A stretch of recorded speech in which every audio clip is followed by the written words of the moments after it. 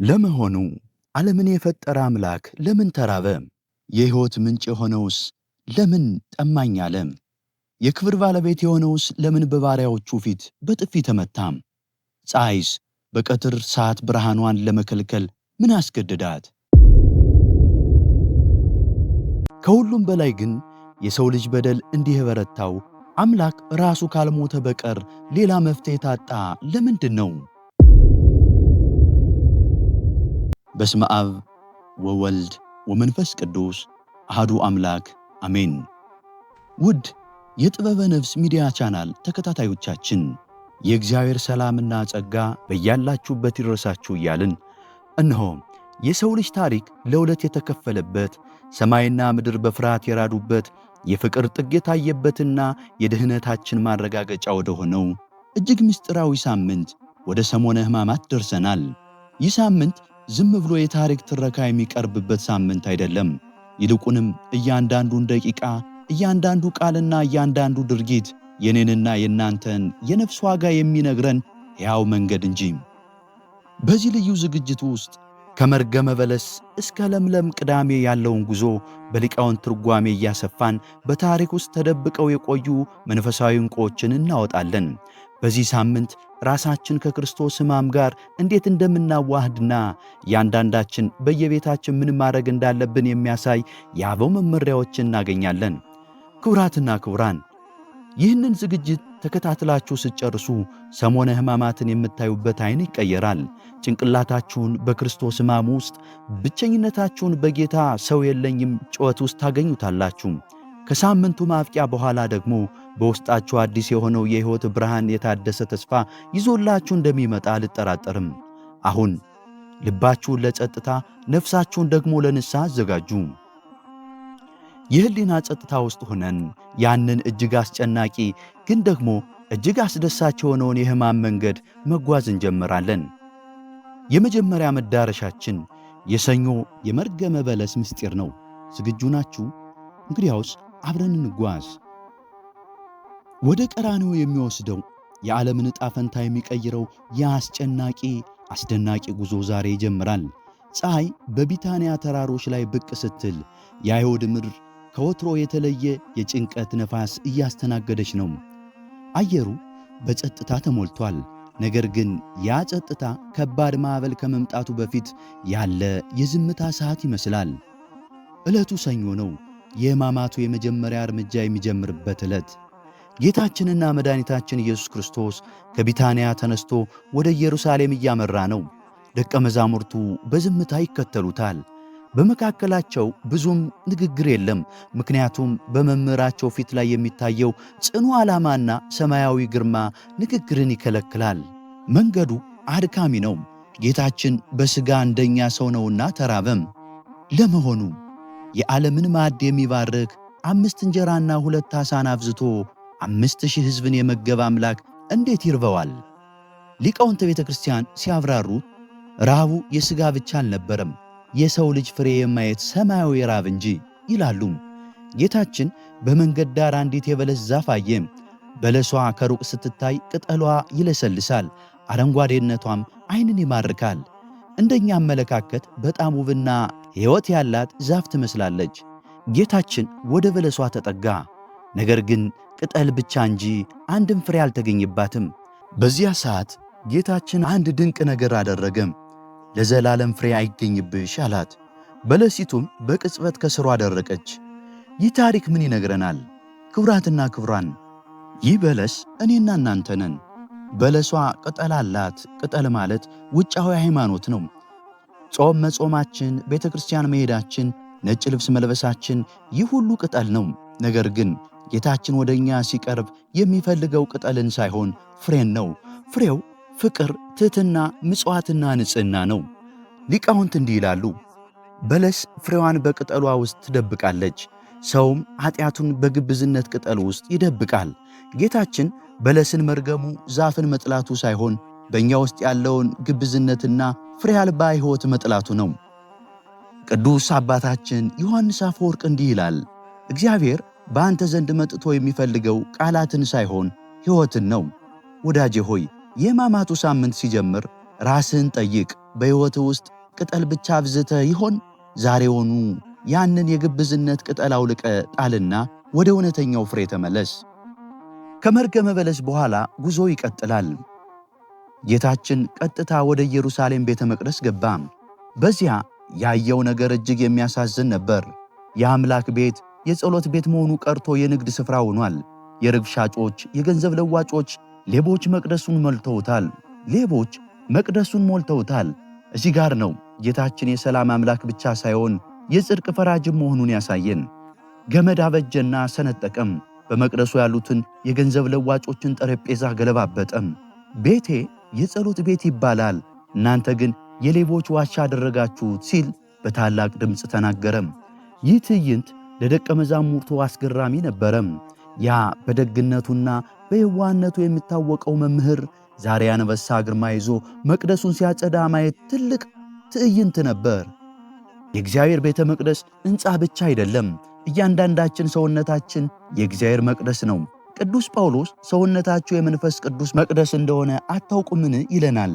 ለመሆኑ በሰውነታችን መቅደስ ውስጥ ምን እየሸጥንና እየለወጥን ይሆን? ቂም፣ በቀል፣ ክፉ ምኞትና ምቀኝነት በልባችን መቅደስ ውስጥ ገበያ ዘርግተው ይሆን? አበው እንዲህ ይላሉ፣ ቤተ መቅደስ ሳይጸዳ መሥዋዕት አይቀርብበትም። ዛሬውኑ ጌታችን ወደ ልባችን እንዲገባና ያንን የኃጢአት ገበያ እንዲበትንላችሁ ፍቀዱለት። ልባችሁ የጸሎት ቤት እንጂ የጭንቀትና የጥላቻ ዋሻ እንዲሆን አትፍቀዱም። አሁን ደግሞ ወደ ዕለተ ማክሰኞ እንሻገር። ማክሰኞ በሕማማት ሳምንት የጥያቄ ዕለት ትባላለች። የክርስቶስ ጠላቶች እሱን በንግግር ለማጥመድና በሮማውያን ባለሥልጣናት ፊት ለመክሰስ በታላቅ ተንኮል የተዘጋጁበት ዕለት ነው። ወደ ጌታችን ቀረቡና ለመሆኑ አንተ ይህንን ሁሉ የምታደርገው በምን ሥልጣን ነው አሉት። ጥያቄው ተራ ጥያቄ አልነበረም። በራሴ ሥልጣን ነው ቢል ንጉሥ ነኝ እያለ መንግሥትን ይቃወማል ሊሉት፣ በእግዚአብሔር ሥልጣን ነው ቢል ደግሞ አምላክ ነኝ እያለ ይሳደባል ሊሉት ነበር። ጌታችን ግን የጥበብ ምንጭ ነውና በጥያቄያቸው ላይ ጥያቄ መለሰባቸው። የዮሐንስ ጥምቀት ከሰማይ ነበር ወይስ ከምድር አላቸው። እነርሱም በራሳቸው ወጥመድ ወደቁ። ከሰማይ ነው ቢሉ ታዲያ ለምን አላመናችሁም ይላቸዋል። ከምድር ነው ቢሉ ደግሞ ሕዝቡ ዮሐንስን ስለሚያከብረው ይወግሯቸዋል። በመጨረሻም ዝም አሉ። ጌታችን የቄሳርን ለቄሳር የእግዚአብሔርን ለእግዚአብሔር እንዲሰጡ በማስተማር ተንኮላቸውን አጋለጠም። ማክሰኞ የትዕቢት መንፈስ የሚሰበርበት ዕለት ነው። ፈሪሳውያን ጌታን የጠየቁት እውነትን ፈልገው ሳይሆን ሊፈትኑት ነው። እኛስ እግዚአብሔርን የምንጠይቀው በምን አይነት መንፈስ ነው? ጌታ ሆይ ለምን እንዲያደረክብኝ፣ ለምን ይሄ አልሆነልኝም የምንለው በጥላቻና በልህ ይሆን? ሊቁ ቅዱስ ያሬድ በማክሰኞ ዜማው ላይ እንዲህ ይላል፣ ጥበቡ ከጥበበኞች ጥበብ ትበልጣለች። ዓለም በጥበቧ ልታጠምድ ስትሞክር፣ አንተ ግን መለኮታዊውን ጥበብ ይዘህ ተጓዝ። እግዚአብሔርን ለመጠየቅ ሳይሆን ለመታዘዝ ትጋ ይለናል። ሦስተኛው ዕለት ዕለተ ረቡዕ በቤተ ክርስቲያን ታሪክ ምክረ አይሁድ ተብሎ የሚጠራው የሰው ልጅ ፍቅርና የሰው ልጅ ክህደት ፊት ለፊት የተጋጠሙበት ሰማያዊ መዓዛና የገሃነም ግማት የተላተሙበት ዕለት ነው። በዚህ ዕለት በኢየሩሳሌም አውራ ጎዳናዎች ላይ ሁለት ፍጹም ተቃራኒ የሆኑ ምስጢራዊ ስምምነቶች እየተደረጉ ነው። በአንድ በኩል በጨለማ ክፍል ውስጥ ሞትን የሚመክሩ፣ በሌላ በኩል ደግሞ በድሃ ቤት ውስጥ ለዘላለም የሚኖር የፍቅር መታሰቢያን የሚያቆሙ። አሁን በምናባችሁ ወደ ኋላ ተመለሱና ያንን አስጨናቂና አስደናቂ ትዕይንት አብረን እንቃኘው። ፀሐይ ወደ ማደሪያዋ ልታዘቀዝቅ ስትል በኢየሩሳሌም እምብርት በሚገኘው በሊቀ ካህናቱ በቀያፋ ግቢ ውስጥ አንድ አስፈሪ ስብሰባ ተጠርቷል። ክፍሉ በሻማ ብርሃን ደብዘስ ብሏል። የካህናት አለቆች፣ ጸሐፍት፣ የሕዝብ ሽማግሌዎች በዝምታ ተውጠዋል። ፊታቸው ላይ የሚታየው ጥላቻና ፍርሃት ነው። ምን እናድርግ የሚል ጥያቄ በክፍሉ ውስጥ ያስተጋባል። ጌታችን ያደረጋቸው ተአምራት፣ ትላንትና መቅደሱን ያነጻበት ኃይሉና በሕዝቡ ዘንድ ያገኘው ተቀባይነት እንቅልፍ ነስቷቸዋል። ዝም ካልነው ዓለም ሁሉ ይከተለዋል የሚለው ስጋት በልባቸው ነግሷል። በዚያ ምሽት ያ ለዘመናት ሲጠበቅ የነበረው መሲህ የአብርሃምና የይስሐቅ አምላክ እንዴት እንያዘው፣ እንዴትስ እንግደለው የሚል የሞት ውሳኔ ያጸደቁ። ነገር ግን ሕዝቡን ፈሩ። በበዓል ቀን አይሁን፣ ሁከት እንዳይነሳ ተባባሉ። ሞትን ለመሸመት ምክር ተመከረም። ክቡራትና ክቡራን፣ ክፋት ሁልጊዜም በምክርና በስውር ይጀምራል። የክርስቶስ ጠላቶች እሱን ለመግደል የመከሩት መቅደስ ውስጥ ሳይሆን በጨለማ ክፍል ውስጥ ነው። ዛሬም በሕይወታችን ውስጥ በወንድሞቻችንና በእህቶቻችን ላይ የምናደርገው ክፉ ምክር፣ ምቀኝነትና ተንኮል ሁሉ የዚያ የቀያፋ ግቢ ሴራ ቀጣይ ነው። ታላቁ ሊቅ ቅዱስ ዮሐንስ አፈወርቅ እንዲህ ይላል፣ ምቀኝነት የገዛ ነፍስን መርዝ ነው። ቀያፋ ክርስቶስን ለመግደል ሲመክር አስቀድሞ የገዛ ነፍሱን ገድሎ ነበር። ወዳጄ ሆይ በልብ ውስጥ ለሌላው ጉድጓድ የምትቆፍር ከሆነ አስቀድመ የክርስቶስን ጠላቶች እየመሰልክ መሆንን አስተውል። ከዚያ ካለቀሰበትና ሞት ከታወጀበት የቀያፋ ግቢ ወጣ ብለን ወደ ቢታንያ መንደር እናምራ። እዚያም በለምጻሙ በስምዖን ቤት ውስጥ አንድ ታላቅ ግብዣ ተደርጓል። ጌታችን ማዕድ ተቀምጧል። ደቀ መዛሙርቱን በዙሪያው አሉ። በድንገት አንዲት ሴት ወደ ክፍሉ ገባች። ስሟ ማርያም ይባላል። ማርያምን ተፍረት በእጇ እጅግ ውድ የሆነ በዚያ ዘመን ዋጋው 300 ዲናር የሚገመት ናርዶስ የተባለ ሽቱ የሞላበት የነጭ እብነበረድ ብልቃጥ ይዛለች። ክፍሉ በዝምታ ተዋጠ። ማርያም ወደ ጌታችን ተጠጋች። ምንም ቃል አልተናገረችም። ነገር ግን የልቧ ጩኸት ከሰማይ በላይ ይሰማ ነበር። የሽቱን ብልቃጥ ሰበረችው። ብልቃጡ ሲሰበር የሚወጣው ድምፅ የልቧን መሰበር ያመለክት ነበር። ሽቱን በጌታችን ራስ ላይ አፈሰሰችው። እግሮቹን በእንባዋ አጠበች፣ በፀጉሯም አበሰችው። የክፍሉ አየር በታላቅ መዓዛ ተሞላ። ሽቱ ከቤቱ አልፎ ወደ መንደር የሚወጣ ይመስል ነበር። ይህች ሴት ሽቱ ብቻ አልነበረም ያፈሰሰችው፣ ለዓመታት የተሸከመችውን የኃጢአት ሸክም፣ የሰዎች ንቀትንና የነፍሷን ናፍቆት እንጂም። ብዙዎቻችን ለእግዚአብሔር የቀረልንን እንሰጣለን፣ እርሷ ግን ያላትን ሁሉ ሰጠች። ሽቱን በጥቂት አላፈሰሰችውም፣ ብልቃጡን ሰብራ አፈሰሰችው። ይህ ማለት ጌታ ሆይ ከእንግዲህ ለራሴ የምተወው የለም፣ ሙሉ ሕይወቴ ያንተ ነው ማለቷ ነው። ቅዱስ ኤፍሬም ሶርያዊ እንዲህ ይላል፣ ማርያም ሽቱን ስታፈስ ጌታ ደግሞ በነፍሷ ላይ ይቅርታን አፈሰሰም። ሽቱ አልቆ ይሆናል፣ መዓዛው ግን በወንጌል ውስጥ ለዘላለም ይኖራል። አድማጮቻችን ሆይ እናንተ ለእግዚአብሔር የምትሰጡት መሥዋዕት ምንድን ነው? የተረፋችሁን ጊዜ ወይስ የልባችሁን ፍቅር? ዛሬ የልባችሁን ብልቃጥ የምትሰብሩበት ታላቅ ቀን ይሁን። ነገር ግን በዚያ መዓዛ በሞላበት ክፍል ውስጥ አንድ የሚገማ የቅናትና የክፋት መንፈስ ተነሳ። ይሁዳ አስቆሮቱ፣ የገንዘብ ከረጢቱን የያዘው ደቀ መዝሙር። ይሁዳ እንዲህ አለ፣ ይህ ሽቱ ለምን በ300 ዲናር ተሽጦ ለድሆች አልተሰጠም? ይህ ንግግር ለድሆች አዝኖ የመሰለ ቢሆንም ቅዱስ ዮሐንስ ወንጌላዊ ግን ሌባ ስለነበር ነው ይለናል። ጌታችን ግን ለቀብሬ ቀን ጠብቀዋለችና ተዋት፣ ድሆች ሁልጊዜም ከእናንተ ጋር ናቸው፣ እኔ ግን ሁልጊዜም ከእናንተ ጋር አልኖርም ሲል ማርያምን ተከላከለላት። ይሁዳ ተናደደም፣ ኪሳራ ደረሰብኝ ብሎ አሰበም። ከቤቱ ወጥቶ ወደ ጨለማው ተጓዘም። የሄደውም ቀጥታ ወደ ካህናት አለቆች ነበር። ምን ትሰጡኛላችሁ አሳልፌ ብሰጣችሁ አላቸው። የፈጣሪ ዋጋ በ30 ብር ተቆረጠም። 30 ብር በዚያ ዘመን የአንድ ባሪያ ዋጋ ነበር። ይህ ታሪክ ምን ያስተምረናል? ይሁዳ ለ3 ዓመታት ከብርሃኑ ጋር አብሮ እየተጓዘም በልቡ ግን ጨለማን አሳድጓል። ታምራትን አይቷል፣ ትምህርትን ሰምቷል። ነገር ግን ስግብግብነትን አልተወም። ዛሬም ብዙዎቻችን በቤተ ክርስቲያን ውስጥ ሆነን በልባችን ግን ጌታን ለጥቅማችን፣ ለዝናችን ወይም ለዓለማዊ ፍላጎታችን እንሸጠዋለን። ሊቁ ቅዱስ ያሬድ እንዲህ ይላል፣ ይሁዳ ሆይ የሕይወት ምንጭን በ30 ብር ስትሸጥ ምን አተረፍ? ብሩንም አጣኸው፣ ነፍስህንም አጣሃት ይላል። ወዳጄ ሆይ ገንዘብና ጥቅምን አስቀድመ እውነትንና ክርስቶስን ወደ ኋላ አትግፋም። የይሁዳ መንገድ መጨረሻው ጥፋት ነውና። የተወደዳችሁ አድማጮቻችን በዕለተ ረቡዕ ማርያም ስሟ ለዘላለም በክብር እንዲነሳ ሽቷን አፈሰሰች። ይሁዳ ስሙ ለዘላለም በጥላቻ እንዲነሳ ጌታውን ሸጠም። ሁለቱም ከጌታ ጋር ነበሩ። አንደኛዋ በፍቅር ተሸነፈች፣ አንደኛው በጥቅም ተሸነፈም። አሁን ራሳችሁን ጠይቁ። እናንተ በማንኛው ጎን ናችሁ? በቤተ ክርስቲያን ውስጥ የእንባ ሽቶ የምታፈሱ ማርያሞች ናችሁ ወይስ በቤተ ክርስቲያን ስም ጥቅምን የምታሳድዱ ይሁዳዎች? ይህ ዕለት የእንባ ቀን ይባላል። ረቡዕ የእንባ ቀን የሆነው ማርያም ስላለቀሰች ብቻ አይደለም፣ ጌታችንም ስለ ይሁዳና ስለ እኛ ክህደት ስላዘነ እንጂም። ክቡራትና ክቡራን እነሆ ወደ ሕማማቱ ጉዞ እጅግ ረቂቅና አስጨናቂ ወደ ሆነው ዕለተ ሐሙስ በቤተ ክርስቲያን ታሪክ ጸሎተ ሐሙስ፣ ዕጽበተ ሐሙስ ወይም የአዲስ ኪዳን ሐሙስ ተብሎ የሚጠራ ታላቅ ዕለት ነው። በዚህች ዕለት በኢየሩሳሌም ከተማ ላይ የጥላቻ ማዕበል እየተፋፋመ ቢሆንም በዚያች በጽርሐ ጽዮን የላይኛው ክፍል ቤት ውስጥ ግን ዓለም አይቶት የማያውቀው የፍቅርና የትሕትና ትዕይንት እየተከናወነ ነበር።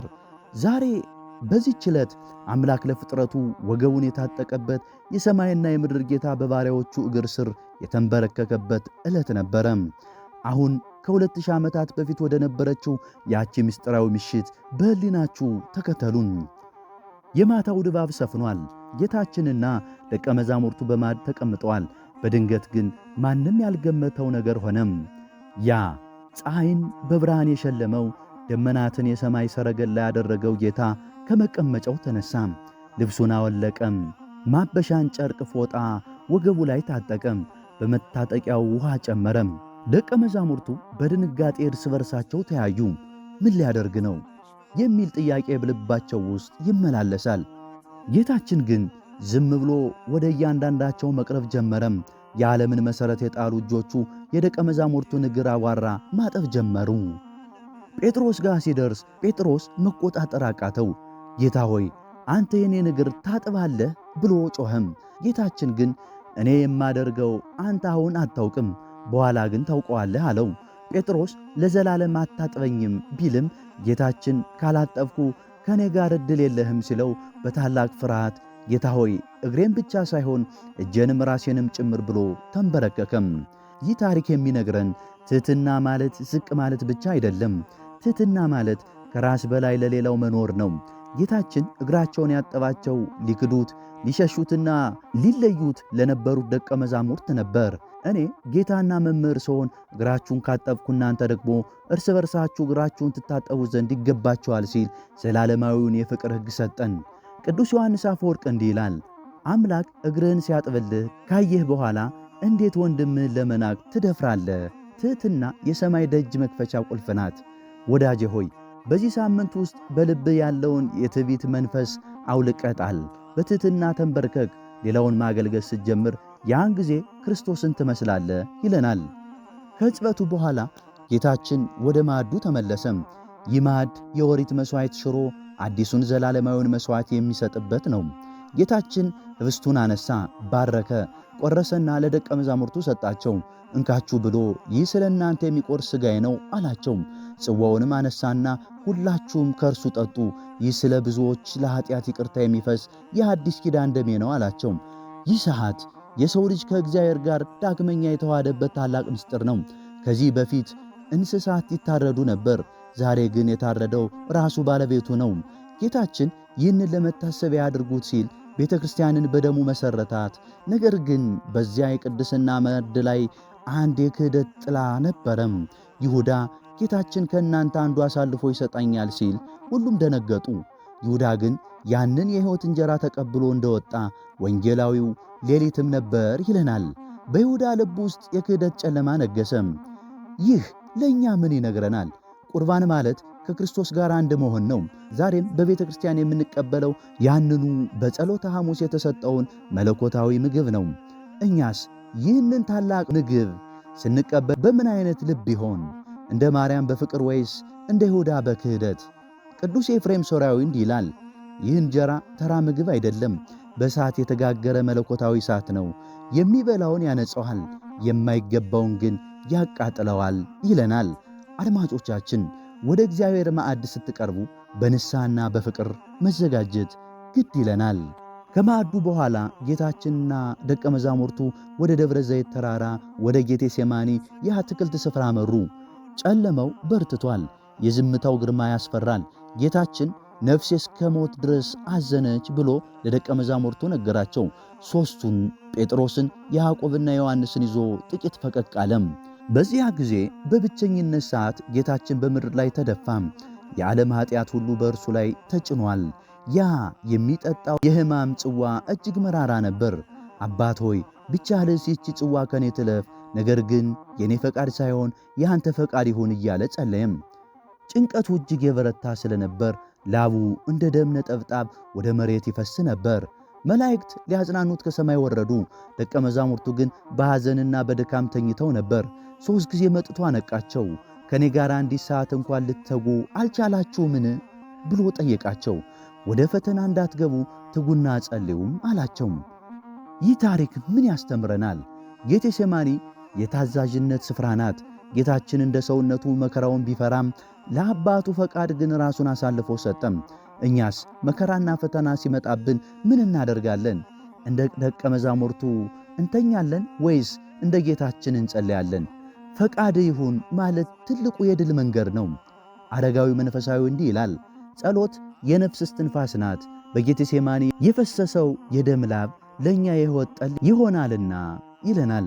ወዳጄ ሆይ በሕይወትህ ጨለማ ሲሰፍንብህ፣ ብቸኝነት ሲሰማ ወደ ጌቴሴማኒ ሂድ። እዚያ የሚጸልየውን ጌታ ተመልከትና አምላኬ ሆይ ፈቃድ ይሁን በል። ጸሎቱ እንዳበቃ በሩቅ የችቦና የሰይፍ ድምፅ ተሰማ።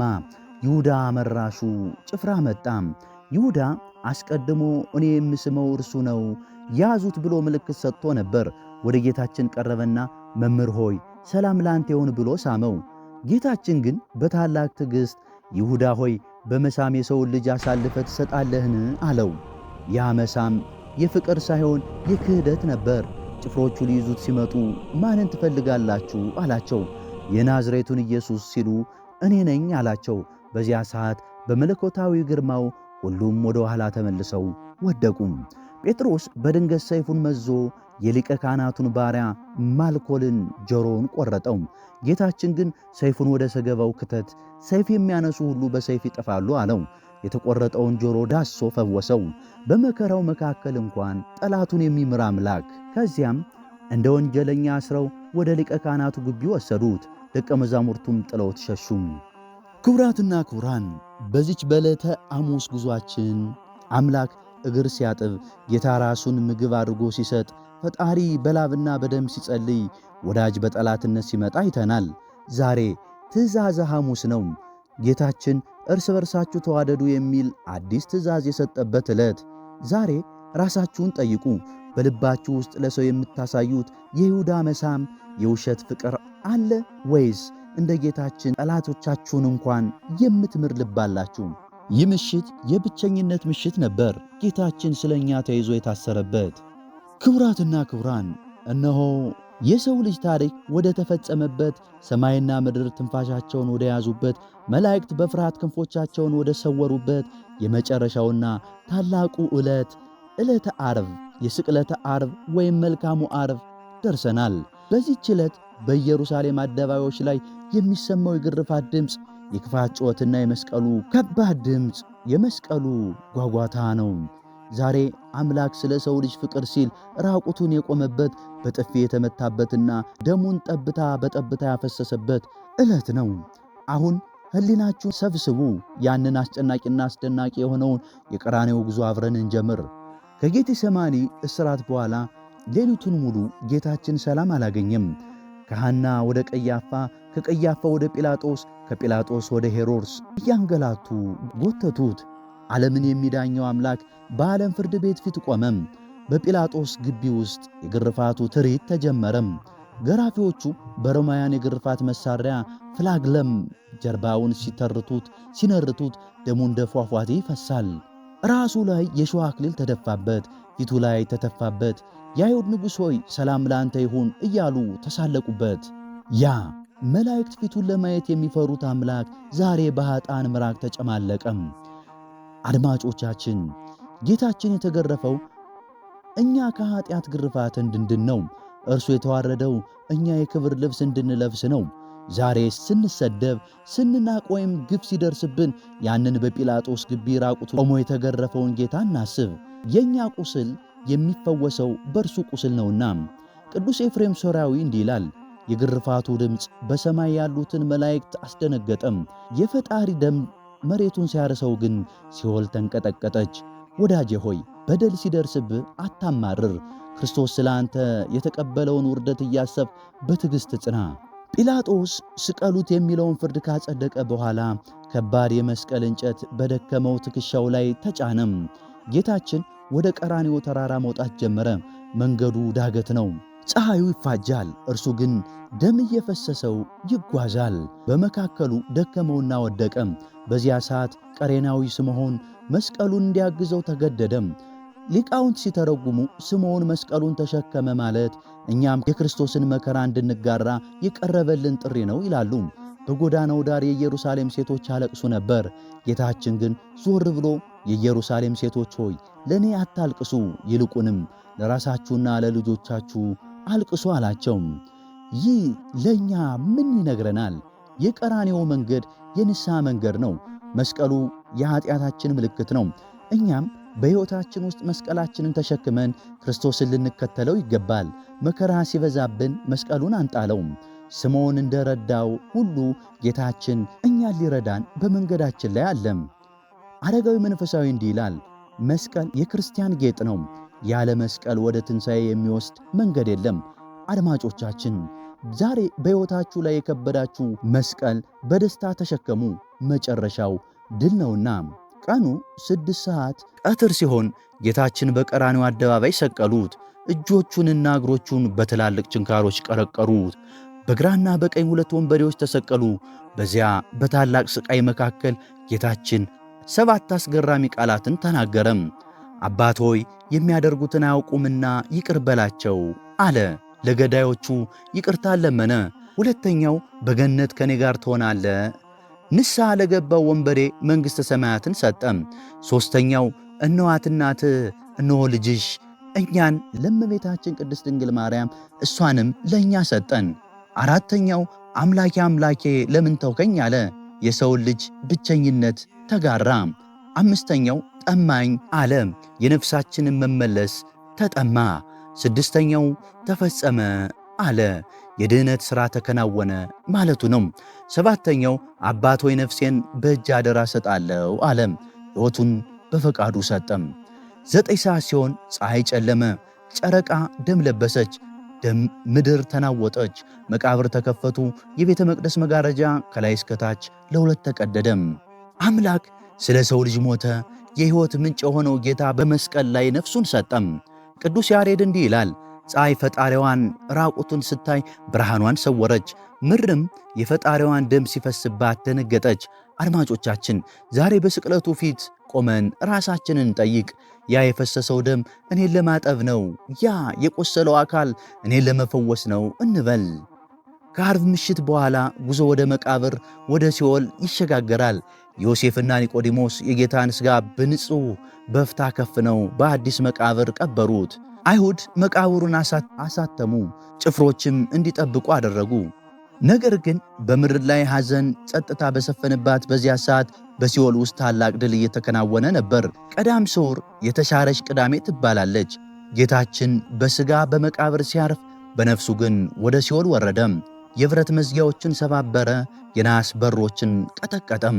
ለ5500 ዘመን በጨለማ የነበሩትን ነፍሳት አዳምና ልጆቹን ነፃ ወጣቸው። ለዚህ ነው ቅዳሜ ጠዋት ካህናቱ ግብረ ሰላም በመስቀሉ እያሉ ቄጤማ የሚያድሉት። ኖህ የጥፋት ውሃ መድረቁን በርግቧ አፍ በታየችው ቅጠል እንዳወቀ እኛም የኀጢአት ማዕበል መቆሙንና ሰላም መውረዱን በቄጠማ እናበስራለን። ሊቁ ቅዱስ አትናቴዎስ እንዲህ ይላል፣ ሞት ክርስቶስን ሊውጠው ቢሞክርም ክርስቶስ ግን ሞትን በውስጥ በኩል በላው። ወዳጄ ሆይ ቅዳሜ የታላቁ ዕረፍት ቀን ነው። ጌታችን በመቃብር ያረፈው አንተ የዘላለም ዕረፍት እንድታገኝ ነው። የተወደዳችሁ አድማጮቻችን የሕማማቱ ጉዞ እዚህ ላይ ፍጻሜውን አግኝቷል። ሰኞ በለስን ረገምን፣ ግብዝነትን አስወገድን። ማክሰኞ በትሕትና ተጠየቅን፣ ጥበብን አገኘን። ረቡዕ እንባን አፈሰስን፣ ንስሐ ገባን። ሐሙስ ታጥበን ቆርበን ከአምላክ ጋር ተዋድን። ዕለተ ዓርብ ተሰቅለን ሞትን፣ ለኀጢአት ሞትን። ቅዳሜ አረፍን፣ የድኅነትን ተስፋ ሰነቅን። አሁን የቀረን አንድ ነገር ብቻ ነው። የሞት ሰንሰለት ተበጥሶ መቃብሩ ተከፍቶ ብርሃነ ትንሣኤው የሚበራበት ያ ታላቅ ሌሊት ክርስቶስ ተንሥአ እሙታን፣ ክርስቶስ ከሙታን ተለይቶ ተነሣ የምንልበት የደስታ ቀን። ክቡራትና ክቡራን እነዚህን ዕለታት ስናነሳም በልባችሁ ውስጥ የንስሐ ፍሬ አፍርቶ ለትንሣኤው ብርሃን እንዲያበቃችሁ የዘወትር ጸሎታችን ነው። ሞት ሆይ መውጊያ የት አለ? ሲኦል ሆይ ድል መንሳት የት አለ? የጌታችንና መድኃኒታችን የኢየሱስ ክርስቶስ ቸርነት፣ የድንግል ማርያም አማላጅነት፣ የቅዱሳን መላእክት ጥበቃ ከሁላችን ጋር ይሁን። ለብርሃነ ትንሣኤው በሰላም ያደርሰን። ወስብሐት ለእግዚአብሔር ወለወላዲቱ ድንግል ወለመስቀሉ ክቡር። ይቆየን። አሜን።